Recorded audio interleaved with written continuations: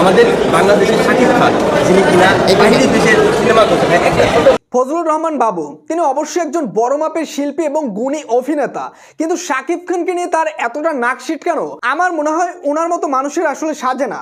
দেখেন ভাই, তার প্রত্যেকটা মানুষেরই পছন্দ অপছন্দ থাকতে পারে, তারও হয়তো বা অপছন্দের মানুষ শাকিব খান, কিন্তু একজন ইন্ডাস্ট্রির মানুষ হয়ে বাংলাদেশের সুপারস্টারকে নিয়ে প্রশ্ন করতেই তিনি যে সেখান থেকে দৌড়ে পালাবেন, এটা আসলে কারোরই চাওয়া ছিল না। দেখেন, তাকে প্রশ্ন করা হয় যে শাকিব খান তো ওপার বাংলায় গিয়ে একটা প্যান ইন্ডিয়ান সিনেমা করতেছে, তো এই বিষয়টা আসলে আপনি কিভাবে দেখছেন?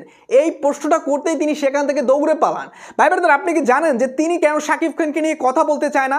তার একটাই কারণ শাকিব খানের সাথে সবাই সিনেমা করতে চায়, শাকিব খানের সাথে সবাই কাজ করতে চায়।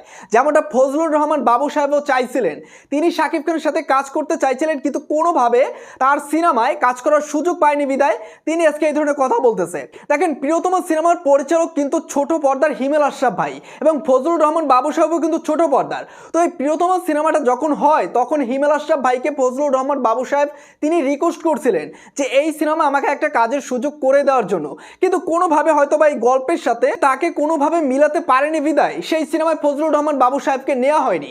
তিনি সেখান থেকে জেলাসি হয়ে এখন শাকিব খানকে নিয়ে তিনি কোনো কথাই বলতে চাচ্ছেন না। দেখেন, এখানে শাকিব খানকে নিয়ে তাকে প্রশ্ন করতে তিনি একদম কথাই বলবেন না, একটা কথাও তাকে নিয়ে বলতে চাচ্ছেন না। কারণ একজন সুপারস্টার, বাংলাদেশের সুপারস্টার, তাকে নিয়ে তো দুইটা কথা বলতে পারতো, কিন্তু তিনি সেখান থেকে দৌড়ে পালানোর চেষ্টা করছেন, মানে তাকে নিয়ে কোনো কথা বলতে চায় না। কারণ তিনি সেই কষ্ট নিয়ে তিনি প্রিয়তমা সিনেমা অভিনয় করতে পারেনি বিদায় তিনি এখন শাকিব খানকে নিয়ে কথা বলতে চাচ্ছেন না। এবং এটা নিয়ে বেশ আলোচনা হচ্ছে, যেহেতু উনি একজন বড় মাপের শিল্পী সেহেতু ওনার কাছ থেকে এটা অনেকেই আশা করেনি, এবং সেটা নিয়ে নেটিজেনরা আলোচনা করতেছে।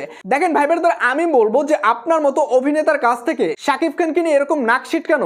আসলে এটা আমার কাছে ভালো লাগেনি। ভাই ব্রাদার, আপনাদের কাছে কেমন লাগছে তিনি যে শাকিব খানের নাম শুনতে এরকম করলো? এই বিষয়টা আসলে আপনারা কিভাবে দেখছেন? অবশ্যই আপনার মূল্যবান মতামতটি কমেন্ট বক্সে জানিয়ে দেবেন, এবং আমার চ্যানেলটিতে নতুন হয়ে থাকলে নিত্য নতুন আপডেটগুলো সবার আগে পাওয়ার জন্য চ্যানেলটি সাবস্ক্রাইব করে রাখবেন।